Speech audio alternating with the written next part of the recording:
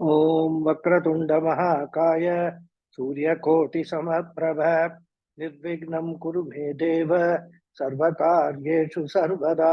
ओम श्री महागणपतये नमः। ओम श्री गुरुभ्यो नमः। हरि ओम। सदाशिवसमारंभां शंकराचार्य मध्यमाम् अस्मदाचार्य पर्यन्तां वन्दे गुरुपरम्पराम्। अस्मद्गुरुभ्यो नमः।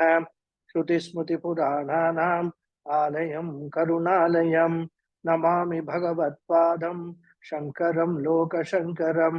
शङ्करं शङ्कराचार्यं केशवं बादरायणं सूत्रभाष्यकृतौ वन्दे भगवन्तौ पुनः पुनः। ईश्वरो गुरुरात्मेति मूर्तिभेदविभागिने व्योमवद्व्याप्तदेहाय दक्षिणामूर्तये नमः। ओम श्री मेधा दक्षिणामूर्ति स्वामिने नमः। ओम सहना भवतु सहनौ भुनक्तु सह वीर्यं करवावहै तेजस्विनावधीतमस्तु मा विद्विषावहै। ओम शांति शांति शांति। हरि ओम श्री गुरुभ्यो नमः। हरि ओम। ओम पार्थाय प्रतिबोधितां भगवता नारायणेन स्वयं व्यासेन ग्रथितां पुराणमुनिना मध्ये महाभारतम् अद्वैतामृतवर्षिणीं भगवतीम् अष्टादशाध्यायिनीम् अम्ब त्वामनुसन्धदामि भगवद्गीते भवद्वेषिणीम्। यं ब्रह्मा वरुणेन्द्र रुद्रमरुतः स्तुन्वन्ति दिव्यैस्तवैः वेदैः साङ्ख्यपदक्रमोपनिषदैः गायन्ति यं सामगाः। ध्यानावस्थिततद्गतेन मनसा पश्यन्ति यं योगिनः यस्यान्तन्न विदुः सुरासुरगणाः देवाय तस्मै नमः।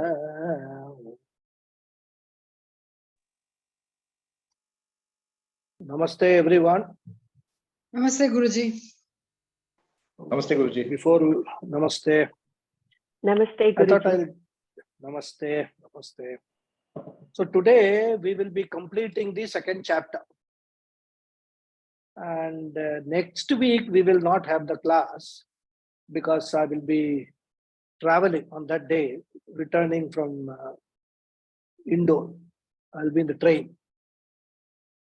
But the following week, I will do a summary of the second chapter, and then we will go on for the third chapter.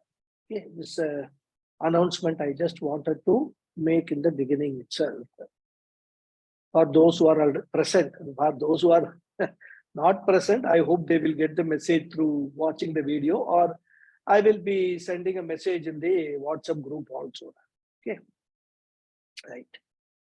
आपूर्यमाणम् अचलप्रतिष्ठम् समुद्रमापप्रविशन्ति यद्वत् तद्वत् कामायं प्रविशन्ति सर्वे स शान्तिमाप्नोति न कामकामी. This is a very important shloka, and the importance which has been given by Vyasacharya himself is seen because the meter of this sloka is different from the other slokas. As I told you in an earlier class also, whenever Vyasacharya wanted to highlight the importance of any sloka, he would change the meter of the sloka. So from the meter which is not the usual, Anushtup Chanda meter which he has used throughout the Gita, occasionally he uses this meter to show the importance. So this sloka means, just like there is an ocean which is full, and just like any amount of water which flows into the ocean will not make any difference to the ocean, nor any amount of water taken away from the ocean also is not going to make any difference to the ocean, because the ocean is purna, full. Similarly, a wise person also into whom all these sense objects enter, or sense objects leave, it makes no difference to him. He gains peace in all circumstances, remains unchanged.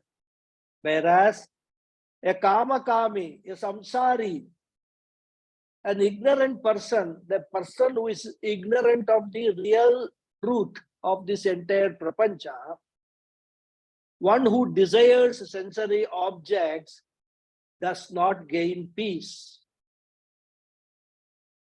So this is the crux of this sloka. So a jnani's mind is like an ocean, poised, enjoying fullness all the time, unruffled.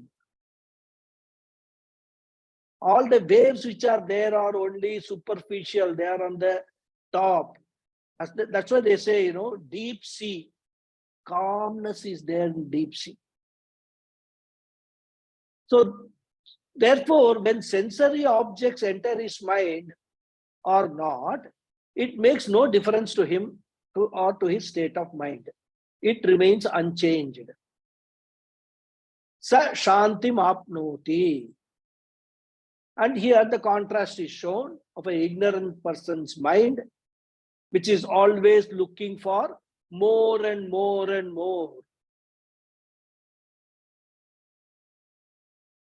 I'm reminded of, I think it's a title of a Hindi film, Bollywood film, Ye Dil Mange More. Yeah, I think it's a title or it's a sentence in a song. I don't remember. But this wanting more and more, Ye Dil Mange More, strikes me that he is a kamakami. He is called a kamakami in this sloka. He is heavily dependent on external factors. Therefore, who is a kamakami or who are kamakamis? Dependent people, seekers of external approval always, samsaris. When the desirable things enters their mind, there is elation, joy, happiness, celebration. When desirable things don't enter, or when undesirable thing enters, there is grief, depression, etc. In this way, the emotions of the person go up and down. And to use a very beautiful expression used by Puja Swamiji, the emotions of the person go like a yo-yo, up and down. And we have seen such people, we come across such people in our life quite often. For example, they will buy some dress or some jewelry or even a pair of new shoes. And they will try to show off their new acquisition and seek approval from all others. In fact, some people, they expect that other people should ask them, where did you buy this? And if nobody asks, they will actually walk up and down to show that they have got a new pair of shoes, or they will just show their hand like this, that a new pair of bangles they have got. Or they will go on doing, oh, it is so hot, so hot. They'll go on wiping their neck, even though it is not, they are not sweating, so that people will notice that there is a new necklace. They expect you to ask, inquire, where did you buy, how much you paid, etc. And also appreciate, oh, beautiful. I mean, I've seen this, it's nothing, not a criticism or anything. But I have seen when you go to marriages or some big functions and all, invariably, every lady will appreciate the sari worn by the other lady, or the jewelry worn by the other lady, or earrings worn by the other lady. Whereas men, they are totally oblivious to this. They will not say, oh, where did you buy this dhoti or where did you buy this shirt? Some men, of course, do about shirt and all that. I have seen that also. Some men do it. But ladies invariably 99% will appreciate. That's a very good thing. In fact, people expect appreciation from others. So there is no harm. There is no cost involved in it. But this expectation of appreciation, and when you don't get appreciated, or when you get depreciated in the sense that somebody says, oh, it's something, is not good or something, then that is the cause for all sorrow, grief, depression, complaint, hatred. That is a samsari. So even small things, people are flattered. Otherwise, they are shattered. And this is kama kami. Whereas a jnani, whether flattered, he is neither flattered nor shattered. He is always samaha, the same.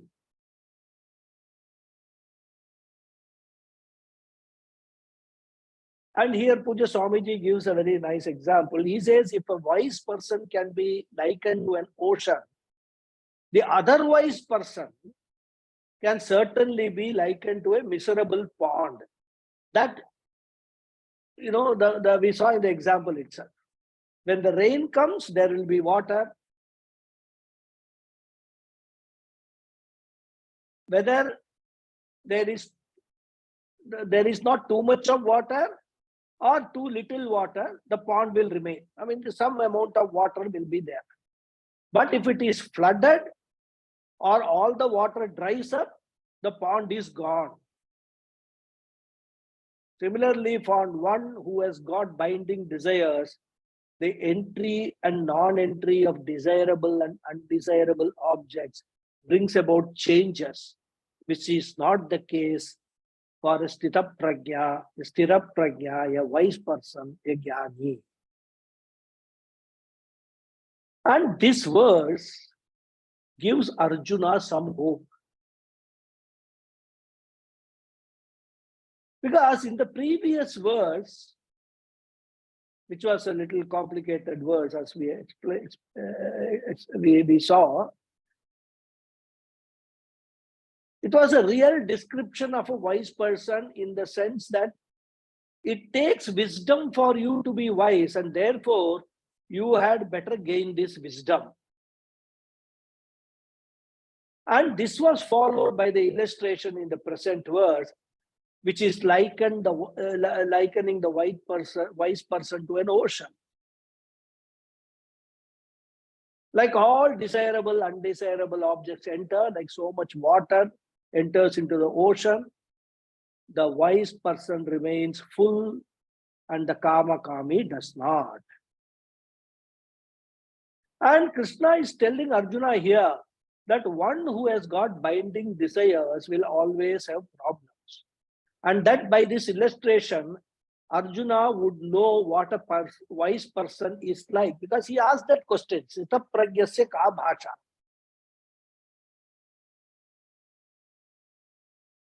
So he will know, he has almost completed the description of a wise person. And having said that, Krishna then sums up the entire section on Sita prajna, as well as the entire chapter in the next two verses. Vihaya kamanyas sarvan pumams charati nispriha. Meter is changed, no? Vihaya kamanyas sarvan pumams charati nispriha nirmamo nirahankaraha sashanti madhigacchati. The Anvaya of this is the 71st sloka. Yahapuman vihaya sarvan kaman nispriha, nirmamaha, nirahankaraha. Three adjectives. Charati, sa shantim adhigacchati. Conclusion. Yaha, one who, Puman, person, Vihaya, having given up, Sarvan, all, Kaman, binding desires, Nisprihaha, devoid of longing, Nirmamaha, without the sense of mind, mind within inverted commas, Nirahankaraha, without the sense of being limited, the limited I within inverted commas, Charati, moves around, Saha, he, Shantim, peace, Adhigachati, gains. So having given up all binding desires, the person who moves around devoid of longing, without the sense of limited I and mind, Mamakara and Ahankara. I is Ahankara, mine is Mamakara. Without any sense of Ahankara and Mamakara, he gains peace. So this is again a continuation of Jnani's state of mind from the previous sloka. One thing is clear from this. Any mystic experience is not moksha. But enjoying a poised mind alone is called moksha. Remaining in peace, remaining in a balanced mind throughout, that is moksha. And whenever we say Ananda, Ananda does not mean, elation, joy, bliss, etc. Because that's a big danger so far as Vedantins are concerned. When we try to translate certain Sanskrit words from the scriptures into English, we get into a problem of orientation. Because we understand certain things in English language in a certain way. That is why many Acharyas, they translate Ananda as bliss. Now, if you ask them to define bliss, they can't define bliss.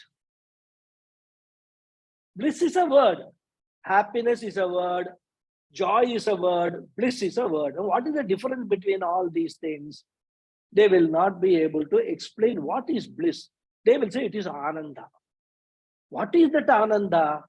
Ananda is absence of any disturbance, even the minor, tiny disturbance in your mind. That is Ananda. And how do you enjoy that Ananda? By gaining the state of mind of a jnani. So the wise person is one who has given up all binding desires and who moves freely in this world. Whether the person is like King Janaka or a sannyasi like Adi Shankara, there is no difference in the freedom of the person. The longing for this or that is gone because the person is happy with himself or herself. There is no more longing for situations in order to be secure and happy. Therefore, the sense of mind is no longer there. Such a person does not have this kind of attachment to anyone or anything. This is mine, my relations, my house, my car, a factory. It does not have any attachment. It is there. I have an association with them. That's it. Beyond that, it does not affect me at all. Because people hold on to certain people, certain objects, and look upon them as mine. They are like children. No? Children have toys. And somebody touches those toys, they will say, do not touch this. Do not take away this from me. This is my toy. As children, we can understand they will have attachment. They will even sleep with those toys at night.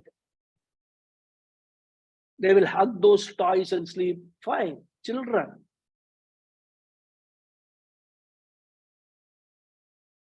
The only difference is Only difference between the mind of the children we had, I mean, the mind sense we had as children and the mind we have now as adults is that the toys have been replaced with other more sophisticated objects, whether be it a cell phone, a laptop, or whatever it is.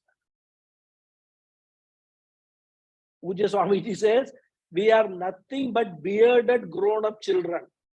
The mindness never goes, only objects are replaced. Thus, with reference to a few things, people, few things and people, we say, this is mine, this is mine. However, when I see that the whole thing, everything is myself alone, Tattvamasi, Aham Brahmasmi, everything changes. I am the father, I am the mother, and all the places. When everything is myself, there is no question of mine. Mine means what? Mine implies this is mine, this is yours, this is his, this is hers. All these are there. And this is the reason for all our problems. When we see ourselves as one small limited entity in this entire prapancha, we become small in our own eyes. When I and mine are no longer there, because you learn, you understand, you gain the knowledge that I am all of this, you are wise. There is no difference between me and anything in this entire prapancha. Such a wise person is called Jivan Mukta. Therefore, who is a Jivan Mukta or what is Jivan Mukti?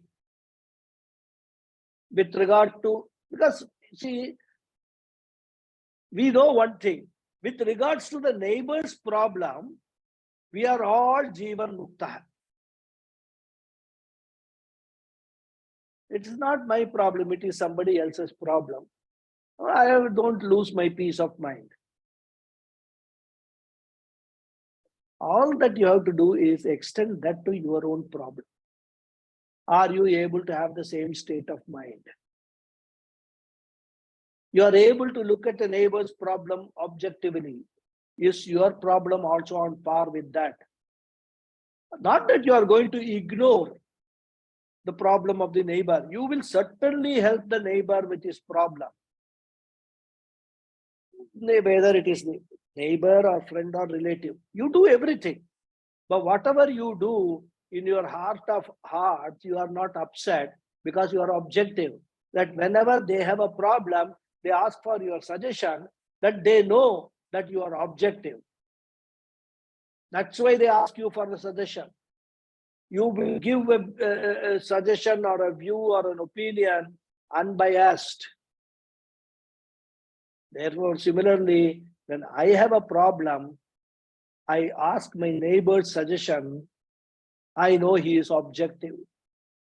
And that is why many people come to Swamis and all that with all their personal problems and seek some advice, seek some solution. And because they know that Swamiji is there, they are all renunciates, they have given up everything. They don't have this mindness, I-ness and all that. So they will be objective and give a very balanced opinion. So if I can enjoy the same objectivity with regard to my problem, also I am Jivan Mukta.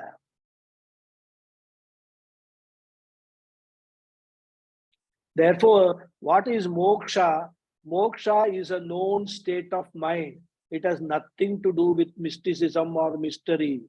It's a known state of mind. Only thing is that that state of mind for a jnani comes and goes, whereas in the case of a jnani, it is a persistent state of mind. And therefore, Krishna describes Yaha Puman Sarvan Nispriha. Puman here refers to a jnani, even though literally it means a person. A man, here it refers to a jnani. So a jnani is one who is nispriha, not dependent upon any external factors to be happy. He does not reject them. Not that he physically renounces them. He actually handles all of them. He enjoys all relationships, but he is not attached or dependent. Therefore, as long as such things and relationships are available, it is wonderful for a jnani. But if those things are not available, it doesn't make any difference, because if they are not available, nobody can do anything about it. The relationship depends upon two people. I may love to have a relationship with the other person, but the other person does not feel the same way. It's now like legal separation or divorce, as we call it. This has become a very big problem. The husband does not want, but the wife wants, or the wife does not want, but the husband wants. And psychologists say that break is a shattering experience which is very difficult to get over. It is stressful on both. When the husband and wife get separated, it's very traumatic experience, not only for the couple, but also the children. Therefore, any relationship depends upon two people. As long as I depend upon another person, there is an eternal risk. I am ready to love the other person, but I do not want to depend upon the other person loving me. If this is the attitude with which we engage in relationships, then there is no mental disturbance. We have reached the state of a jnani's mind, rather. So nispriha, not seeking anything from others. Kaman sarvan vihaya. Kama here means sense objects. So giving up the dependence on sense objects and people with total detachment, a jnani moves in the world. Nirmamo nirahankaraha. As I said, ahankaraha means without body identification. Sorry, ahankaraha means body identification. Nirahankaraha means without body identification. He does not even depend upon his body, because he knows that the body is born out of 5 elements, and the body depends upon these 5 elements for its survival. And any time this body will be claimed by these 5 elements. Therefore, he does not have identification or dependence on even this body. Body identification is called ahankaraha. Nirahankaraha means free from that. And therefore only nirmama, without any ownership. Because I don't own anything in this world. I am only temporarily using things, including this body-mind complex. The moment I claim ownership, remember Puja Swamiji's example of his visit to an apartment in Mumbai. The moment I say I own a flat, I will be flat. I don't want to repeat that example. It's a very interesting one. Nobody actually owns anything. On paper, I may be stated to be owning a flat, but in my mind, I must remember that I don't own anything. Even this physical body I cannot own, because nature takes it back whenever it wants, not whenever I want.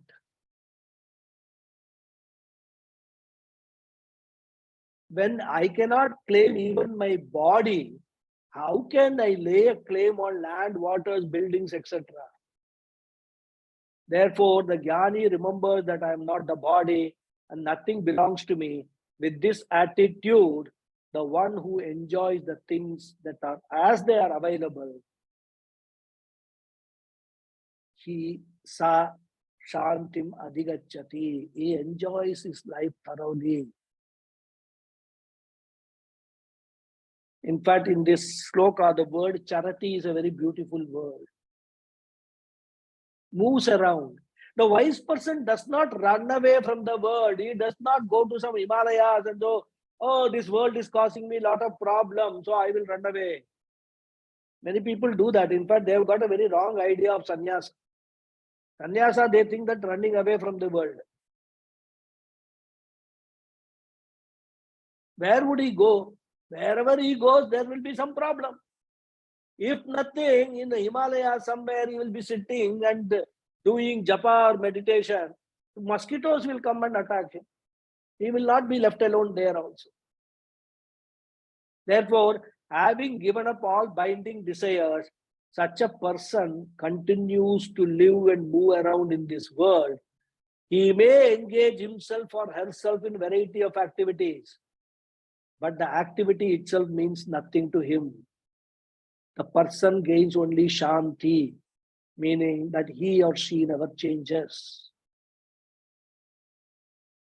Other people move around because of their pressure of their desires, whereas the wise person is free from such binding and pressurizing desires. But he moves around freely. Because we have seen that people who are impelled by desires, they've got some targets to achieve, something to be done by tomorrow. This has to be done, only then I can be happy. All these, are approach of Ajnanis. Pujya Swamiji very beautifully puts it. The only difference between a wise person and an otherwise person is that the wise person is motivated but not driven by his or her desires. So in spite of moving around and being active in the world, there is no appreciable inner change brought about in the person, either by desire or by its outcome. When the world enters into a sthira prajna, the person is shanta. And when he or she enters into the world, engaging in the activities of the world, then also there is nothing but shanti alone. And this was said because a doubt can arise here. It is fine to say that sthira prajna is full, and when the world enters into this person, it merely resolves into his fullness, his or her fullness. But this may mean what? That he or she just sits in one place in this fullness, and whatever world enters into this person, shanti alone prevails. This could be misinterpreted like this when given the ocean example. Ocean is sitting in one place. All the waters come and enter, it doesn't make difference to the ocean. Similarly, is the wise person also like a ocean, sitting in one place and all the world is entering into him? Then the question will be, what happens to that wise person who is active? Activity does not change the person's wisdom. There is no change because there is no doership and enjoyership. There is no ahankara. There is no mamakara in the person. So what remains is only shanti. Let the person be engaged in the world or let the world enter into the person. Either way, it is the same. Whether he or she is enjoying or doing, there is shanti. Because the wise person knows that I am akarta, I am abhokta. Enjoyership and doership are both negated in the wise person. Although there is seeming enjoyership and seeming doership, essentially they are not there. And this is what we call bhadita kartrutvam and bhadita bhoktritvam, meaning that through knowledge, the reality of doership and enjoyership centered on I, the ahankara, is sublated. When Krishna talked to Arjuna and when Shankara wrote his commentaries, there was doership. But neither Krishna nor Shankara looked upon themselves as doers. Doership for the wise person is just doing. The notion that I am the doer is not there. That means what? The Sthita Prajna continues to be Brahman. And therefore, Krishna concludes with the last verse of this chapter. Yesha Brahmi Sthiti Partha Nainam Prapya Vimuhyate Stitva Syamantakaalepi Brahma Nirvana Mrichate. Here Krishna talks about Brahman, state of Brahman. State, I should not say, I explain that. Anvaya, he Partha, Esha Brahmi Sthitihi, Enam Prapya na Vimukhyati, Antakale api Asyam Sthitva Brahma Nirvanam Richati. He Partha, O son of Krita, Arjuna, Esha, this Brahmi Sthitihi, the state of being in Brahman, Enam, this Prapya, having gained, na Vimukhyati, is not deluded. Antakale, at the end of life, api, even, asyam, therein, stitva, remaining, Brahma Nirvanam, liberation or moksha, richati, gains. So this is what is meant by being steady in Brahman. O Partha, having gained this, one is not deluded. Remaining therein, even at the end of one's life, one gains liberation. He attains oneness with Brahman. Attains again, figurative. He understands and he assimilates the knowledge that there is no difference between him and Brahman.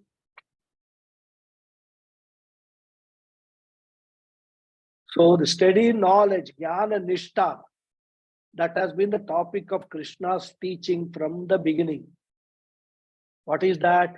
Jnana nishta, steadfastness in Brahman, steadfastness in Brahman, Brahma nishta. In between, Karma Yoga was pointed out. Arjuna's question concerning definition of Sthira Prajna was answered. And that same steady wisdom is again being mentioned. So as I said, Jnana Nishta means steady knowledge. Brahma Nishta is one whose knowledge is that Atma, the self, is Brahman.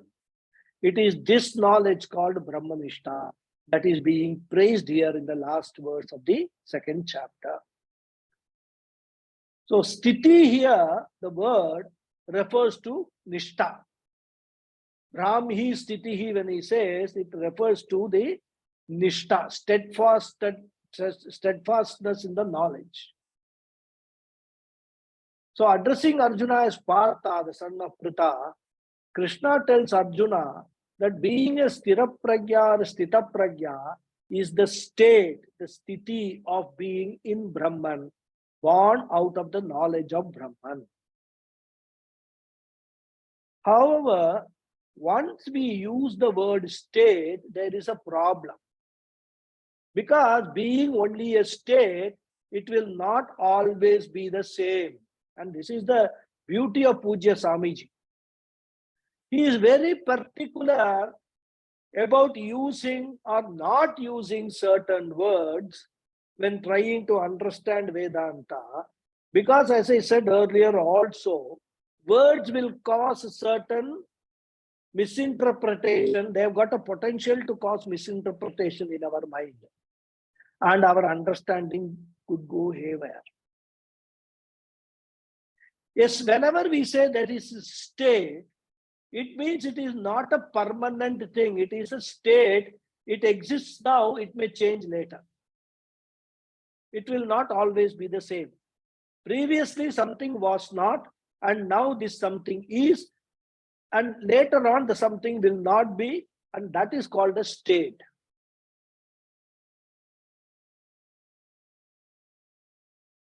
So later it will be lost when another state is gained, just as the previous state was lost when this state was gained.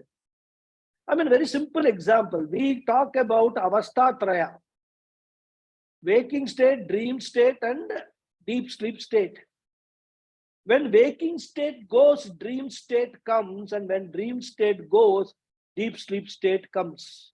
So no one state is permanently remains as a state. And when sleep goes, waking state comes.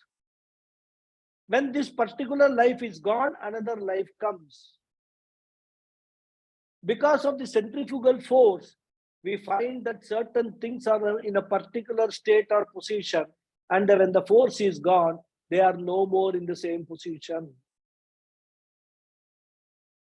Similarly, any state or sthiti is subject to loss, subject to change. Otherwise, it will not be called a state. Even the samadhi, which is talked about in Yoga Shastra, is also a state. Because as long as you are in samadhi or even nirvikalpa samadhi, that is a state of nirvikalpa samadhi.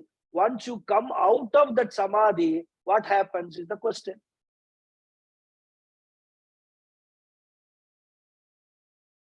Because the samadhi which is talked about in Yoga Shastra is also a state of mind,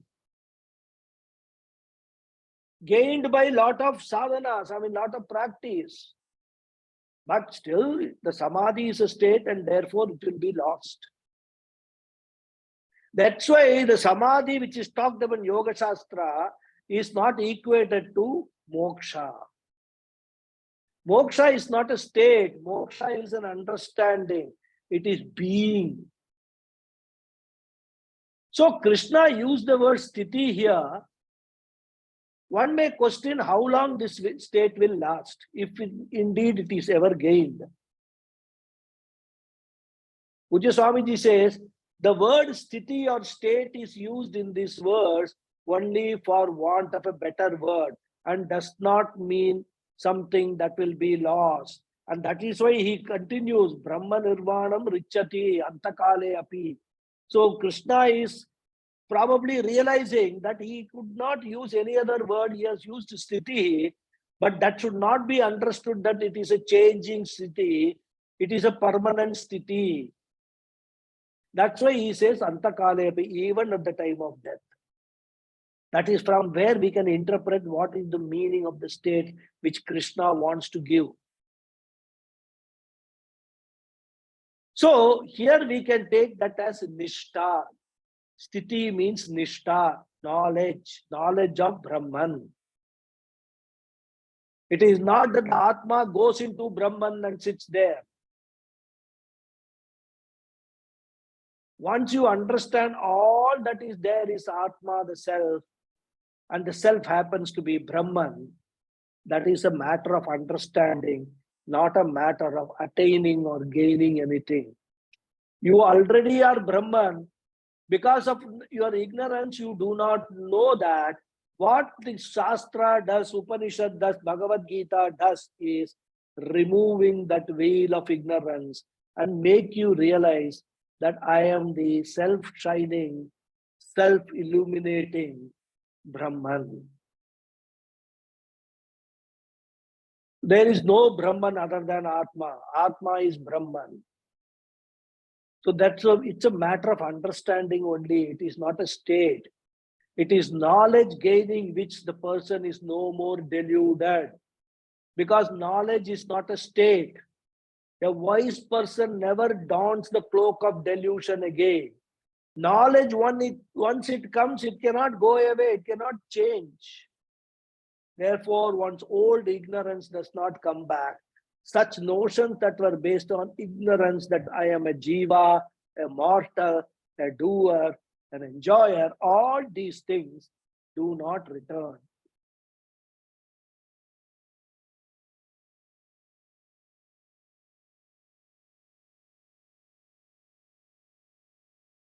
Some people, who don't understand this, they raise this question.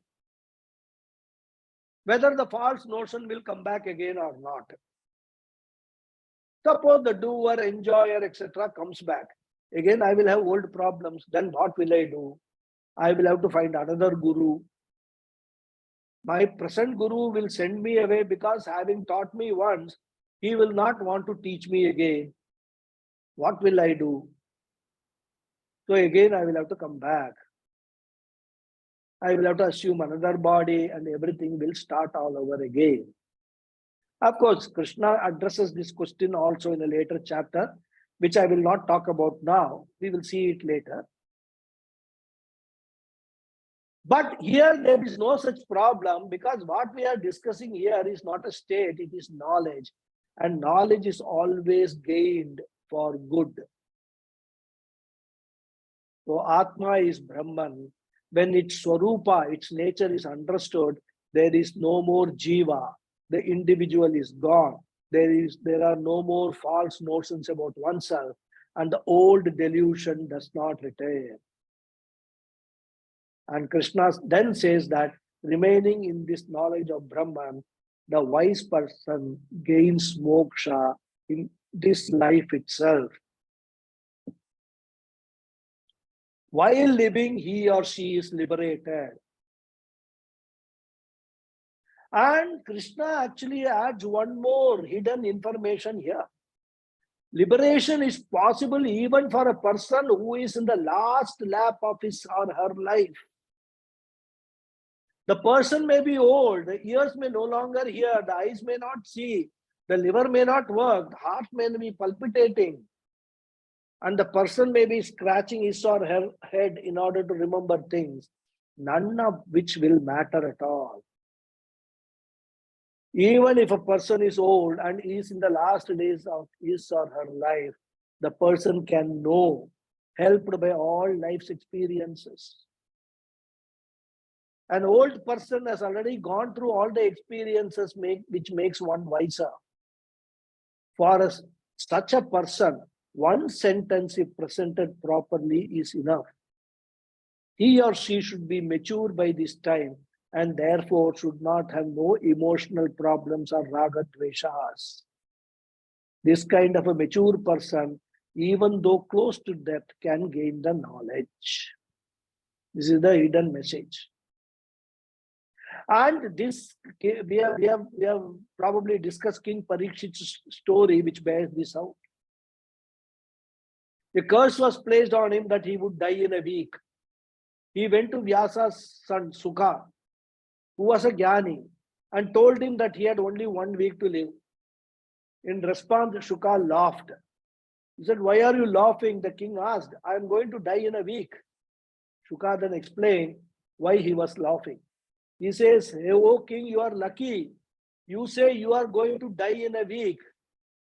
That means that you know you are going to be alive for 7 days, whereas I myself have no such guarantee. Since you are sure you are going to live for 7 days, it is definitely a matter of celebration. You are lucky. My God, you can be Brahman by that time in 7 days. You can understand everything about you being Brahman. 7 days are more than enough to change one's own perspective, and sure enough, in 7 days, the king became a Jnani. In fact, Shuka's advice, King Parikshit became a Jnani in 7 days. Thus, even if you are suffering from a terminal disease or very old, it makes no difference. You can gain moksha or liberation even at the last stage. And Shankara in his commentary concludes, if a person who is about to die can gain moksha, anyone can gain moksha. Even as a brahmachari, before one enters the second stage of life, which is grihastha-ashrama, a person who takes to this study can gain moksha. Then for as long as he or she lives, the person lives in the knowledge of Brahman.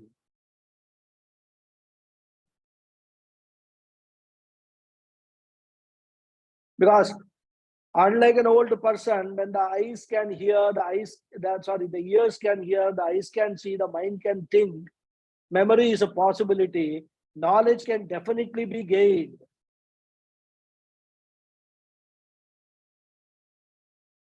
Because if a person whose memory is gone, whose eyes do not see, whose ears do not hear, can gain knowledge, all the more possible is the knowledge for the one whose body is healthy and whose mind is bright. There being no doubt that knowledge is all that is to be gained for one to be liberated. With this, the second chapter comes to an end, rather. So Krishna states that this state of mind is born out of a thorough understanding of Vedanta. Without Vedanta Jnanam, without Atma Jnanam, we cannot accomplish this state of mind. That is why he is called Sthira Prajna or Sthita Prajna. Therefore, this state of mind, this perspective of the world, born out of the clear knowledge of who I am, as described in the verses 12 to 25 of this chapter.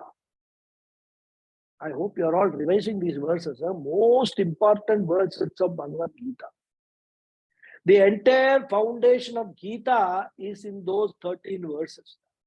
13 or 14, 12 to 25, 14 verses.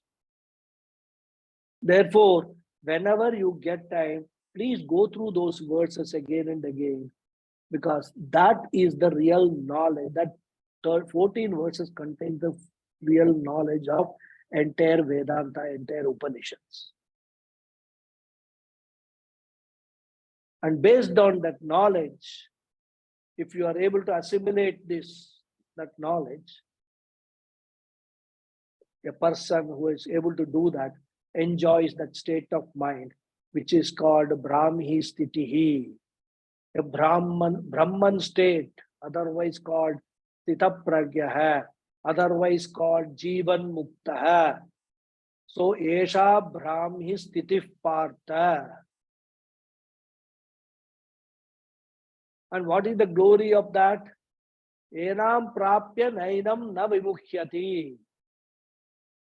Enam prapya na enam na vimukhyati. Once a person attains the state of mind, thereafter there is no fall back into samsara.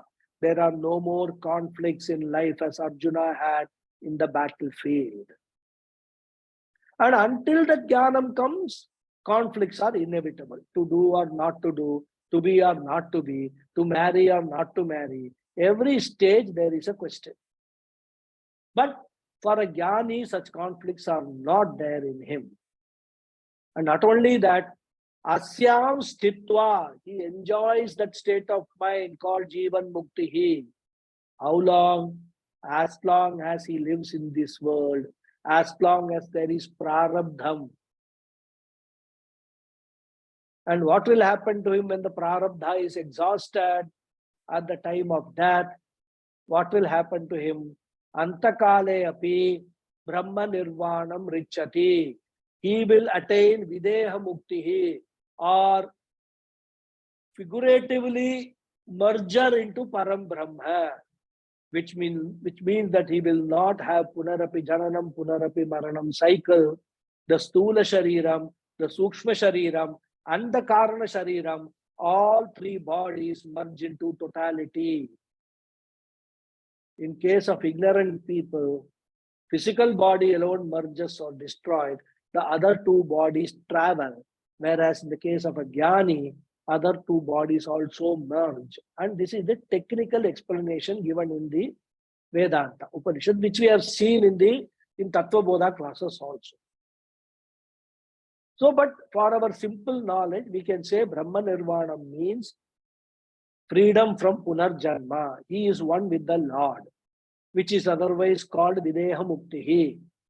And Krishna says, for this freedom, you can attain knowledge at any time.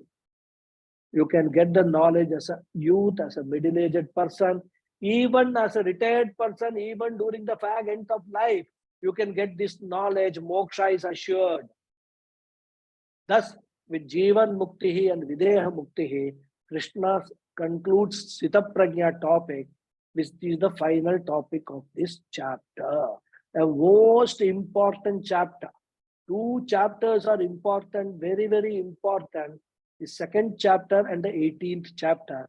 And incidentally, these 2 chapters are very long chapters also. This chapter had 72 slokas. 18th chapter also has got, I think, 77 or 78 slokas. So, with this, we conclude the second chapter.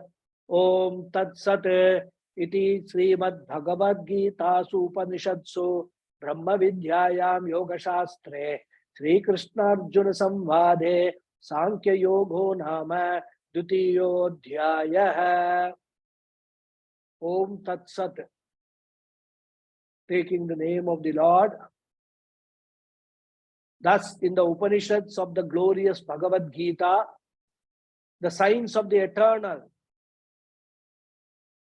the scripture of yoga, Yoga Shastre, Sri Krishna Arjuna Samvade, the dialogue between Sri Krishna and Arjuna, Sankhya Yogo Nama, Dutiyodhyaya, ends the second discourse entitled Sankhya Yoga. So this completes the second chapter teaching. And I will make the announcement which I made in the beginning of the class for those who might have joined later. Next Saturday, we will not be having the class because I'll be going for my son's marriage and I'll be in the train returning from there to Bombay. But the following Saturday, I will do a summary of the second chapter. And then we will go on to the third chapter and continue the classes. Okay. I will now say the prayers. Om Purnamada Purnamidam Purnat Purnamudachyate Purnasya Purnamadhaya Purnameva Vasishyate. Om Shanti Shanti Shanti. Harihi Om Shri Gurubhyo Namaha. Harihi Om. Thank you all very much. Thank you, Guruji. Thank you. Thank you. Thank you, Namaskaram. Guruji. Thank you, Guruji. Namaskaram. Thank you, Guruji. Hari Om. Namaskaram. Hari Om. Hari Om. Thank you, Guruji. Thank you very much, Hari Guruji. Om. All the Thank very you. best for your son's wedding. Thank you. Thank you. Namaskaram, Guruji. Thank you very much. Namaskaram. Thank you. Must be on 26th, I suppose. Thank you, Guruji. 27th. Achha, 26th is also a Muhurtam day. Yeah, 26th, yeah, that's a Republic Day, yeah. But because of their Jadagam, Nakshatram and all, they said 27th. So we kept it for 27th. Okay. Anyway, all the best, Guruji. Namaskaram. Thank you, Hari Om. Thank you, Namaskaram.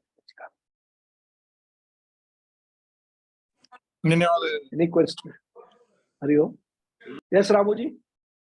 Dhanyavada, I told. All the best for Thank the you. Navavadus. Thank you, thank you. All your blessings are required.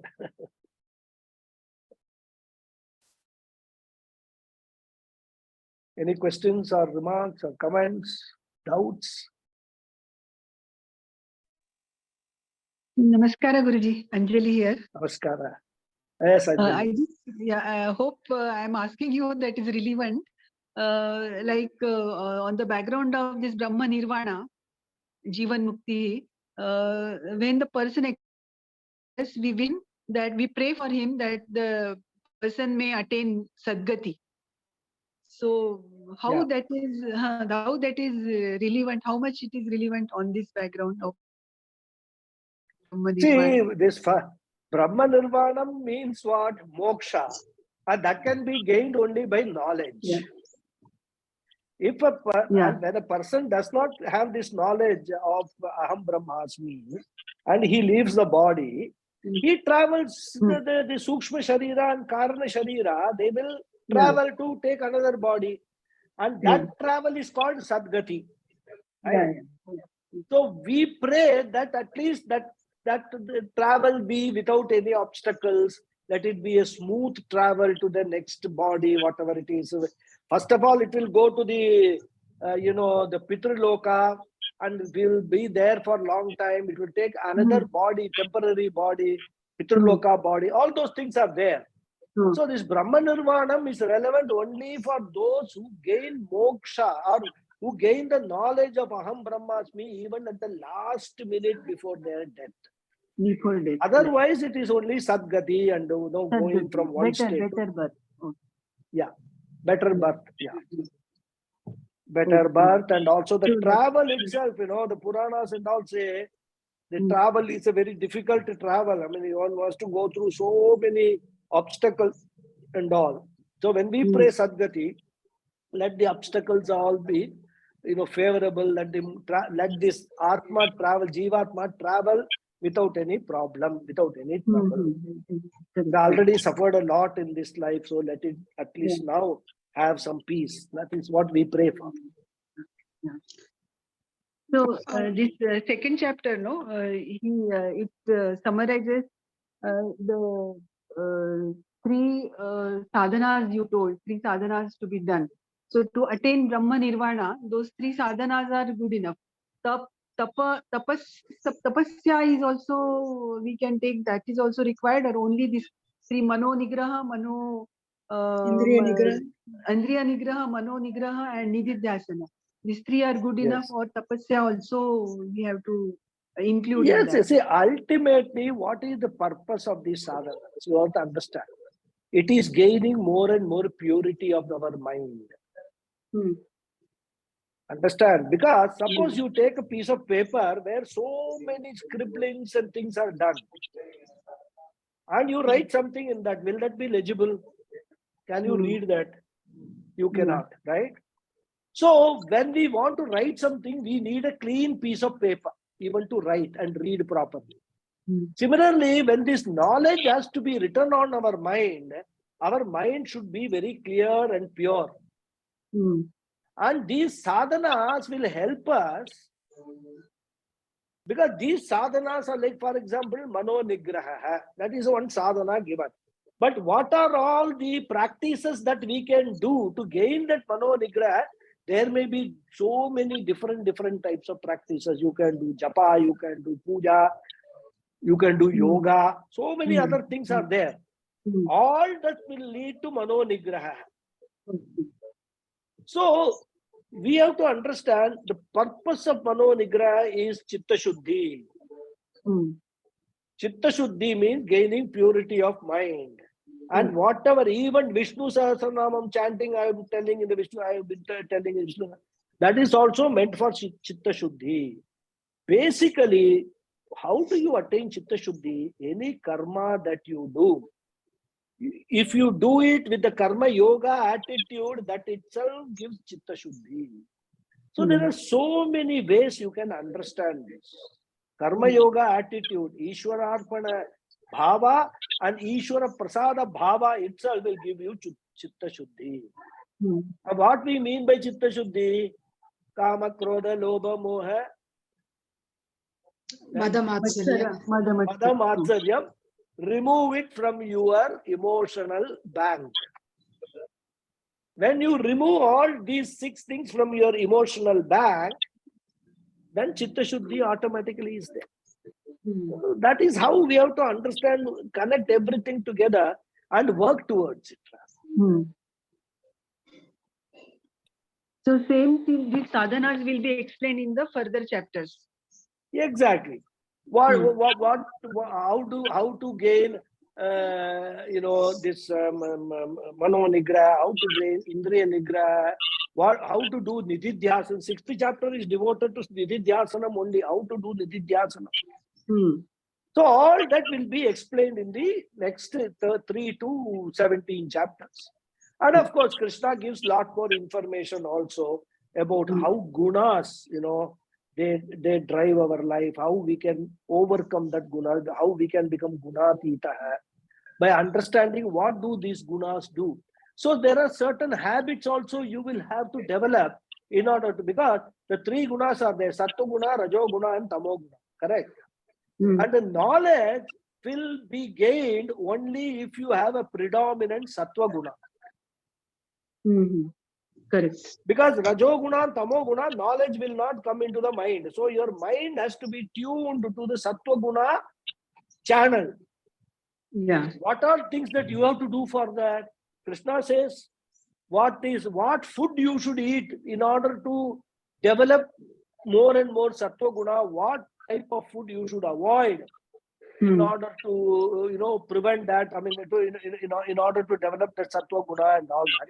He talks about all those extra things also. But ultimately, everything is coming to this only. Indriya Nigraha, Mano Nigraha, and Nididhyasa. Because Indriya Nigraha, if you eat things which you should not eat, that will create mental disturbances in your mind, which will not allow you to gain Indriya Nigraha. Everything, our whole life, if you observe every day, morning till night, everything is interconnected. Many people say, oh, you people don't eat, this onion and garlic and all that. It is very good for health, heart attack and all. People say. But people who want to develop sattva guna, they will avoid it because those food items may be good for physical health, but they are not conducive for maintaining sattva guna mental attitude. Yeah. They will create a lot of mental disturbances because everything has got one physical benefit and one benefit or a drawback which we cannot see. Yeah. So all these things, Krishna will very beautifully connect everything. He will make us understand that in order to develop this Sthira Pragya attitude or mind, what all things that we have to focus upon. All those will teach us and then leave the decision to us what you want to do. Like Krishna tells Arjuna itself in the 18th chapter, whatever you want to do, I have told you whatever I have to tell you, Arjuna. Now you do whatever you want to do. That's what he says. Because even Krishna cannot force anybody to do anything unless they themselves want to do it. Yeah, Guruji. Yad ichchasi tat kuru, he says. Yad ichchasi tat kuru. Whatever you wish, you do. I have told you everything. The topmost secret knowledge of Upanishads I have given you. Now you do whatever you want to do. That's what he says. So that is how the whole Gita is there. So we have to get related to the whole thing. Okay, Guruji, understood. Any more questions? Guruji, you said you will give a summary of the second chapter the next week, right? That's what. Yes, next to next week. Yes. Next to next week, I'll give a summary. If I want to read the second chapter, I have not yet started. Here and there I have read the second chapter from that book of Puja Swamiji. I have read that little bit only. I have read, not much, but I am stuck in the 12th and 13th, and the existence, all that is not getting into my head. Now, how do I understand this, the thought, buddhi and all that? I am not, it is literally... See, one thing I will tell you, if you do not have any background at all, for new, reading Puja Swamiji's notes could be very complicated. Because Puja Swamiji's level of teaching is very high. Yes. And in fact, I would recommend that if you can read or listen to Swami Paramathananda's talks, that will be better. Or even you can just revise my talks also, because what I do is wherever Paramathanandaji's talks, I take from that. And with Puja Swamiji's also, I skip a lot of things which I personally feel will be very complicated to explain, right? And also to understand. So I only take certain portions from Puja Swamiji's, his notes, and then I teach you people. So you have two options. One, either don't go directly to Puja Swamiji's books, because he deals with it in so much detail that no other teacher can deal with that. Yes. He deals with all aspects, and then it will, even one sloka may run into some few pages to read. By the time, in fact, that was my problem initially when I started reading Puja Swamiji's book. What I started with, I will forget when I come to the end of that sloka. Then I will have to revise the whole thing again, rather, and connect everything. So it used to take a lot of time. And some of the concepts of Puja Swamiji he explains is very, very high level thing. Yes. So better thing is like Swami Paramathananda and all, very much simpler explanation. So that you can try. Moreover, as you actually go on repeating this, reading this, listening to this again and again and again, automatically, things will settle down in the mind rather. Because once or twice if you do, it is not going to matter. You have to do it repeatedly. So I it have will happen. not You will done start understanding. I have not done a very sincere effort, but here and That you there, have to. Yeah. that I That can. is required. That is there is no substitute to sincere effort. When you sit down, okay, yeah, you decide 1 hour every day or half an hour every day. I will close the room. I will keep my mobile away from me. I will sit and study with full concentration. We have done it when we were in schools and colleges, when we had an examination and all, isn't it? Yes. We have done it. How will we study? How we study? Like that, this is a study. This is a pakka study which you have to understand what is being taught. Yes. You have to follow the same discipline. Yeah. So I can go through all your YouTube videos again and do it, or Paramatma. In fact, no, you can go through my videos itself. That is enough, because the benefit you will get is some more of Puja Swamiji's also you will get ideas. But what you should do when you go through is not just merely listen like we listen to film songs. You must make notes. That is important. 3.5 years when I was in the Gurukula, I had a laptop, and every lecture because I can type very fast. Luckily from my career, I learned typing. I can type up to 50 words per minute and all that kind of a thing. I used to type verbatim what was being taught. And I used to record also. And whenever there is some, the Acharya is going a little fast, I cannot type me, then later on I will listen to the recording and then, fill up those portions. People used to ask me, what are you doing? Why are you typing all these things and all that? But for me, when I type, it will go into my mind, because I am applying my mind to what I am typing. So that was my style of learning. Now you can't type, at least you write. If you can't write everything verbatim, you write points. Okay, this point is made, this point is made. How do I finish like that? The 78 verses? How do if I want to do it in a week's time, how will I do it? Like if I want to read. Why should you do in a week's time? Why should you have a target? I want to do in a week's time. You do one sloka every day. Doesn't matter. Okay. You continue with listening to lectures at the same time. One part of your intellect will keep revising what you have heard and then making notes and absorbing what the knowledge is. You must be serious about it, because as I told you, when you are talking about reaching that state of Brahman, we are talking about getting rid of all binding desires. That is the biggest problem, I can tell you. Yes. Biggest problem. Your people around you will say, what has happened to you?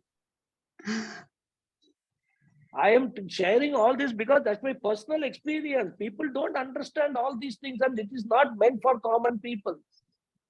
When you have actually taken a sankalpa, decided, I want to do this, either in this life or at least at the end of this life, I want to be ready for getting moksha in my next life. I am going to do all the sadhanas in this life till the end. It will create a lot of conflicts, issues with your family, with your friends, with your relatives and all that. And you cannot talk about all this openly because they won't understand anything. So it has to be in your mind. You have to keep on working. At the same time, not appear to be something, against all those people. Oh, I have now become, I have given up all non-binding desires or all binding desire. So tomorrow onwards, I'm not going to have any relationship with you. You cannot say that. As I used to say in my beginning classes, the whole thing about relationships is whether it is people or objects or situations. We have two types of relationships in our life. One is general relationship, which we have with all the world. Another is special relationships. Special relationship with spouse, special relationship with children, special relationship with close relatives, special relationship with our house, our car.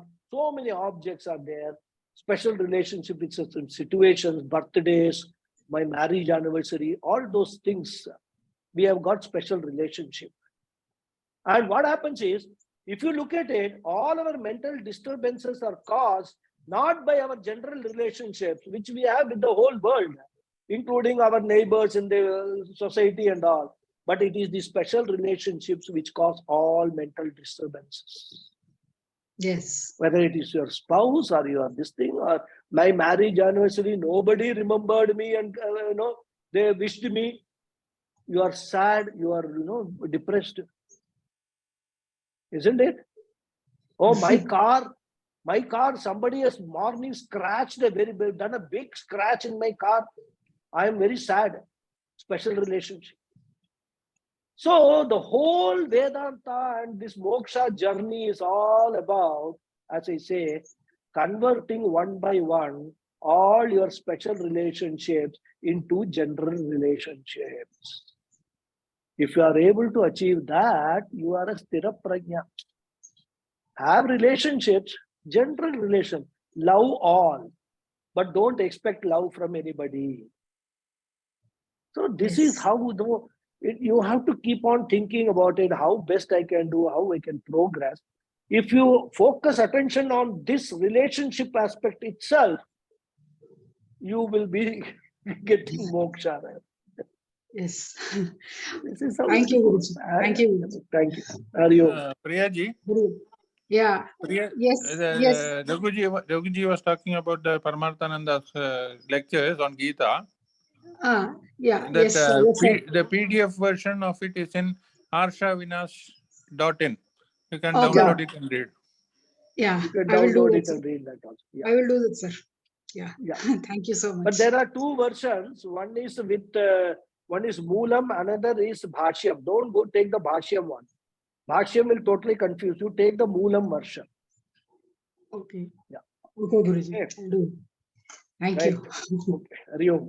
Thank Hari you. Om. Hari Om. So nothing else. We can Thank close you, the Guruji. session. Thank you. Thank you, Hari Om. Guruji. Hari Hari Om. Om. Thank you. Thank you. Thank you, Guruji. Thank you.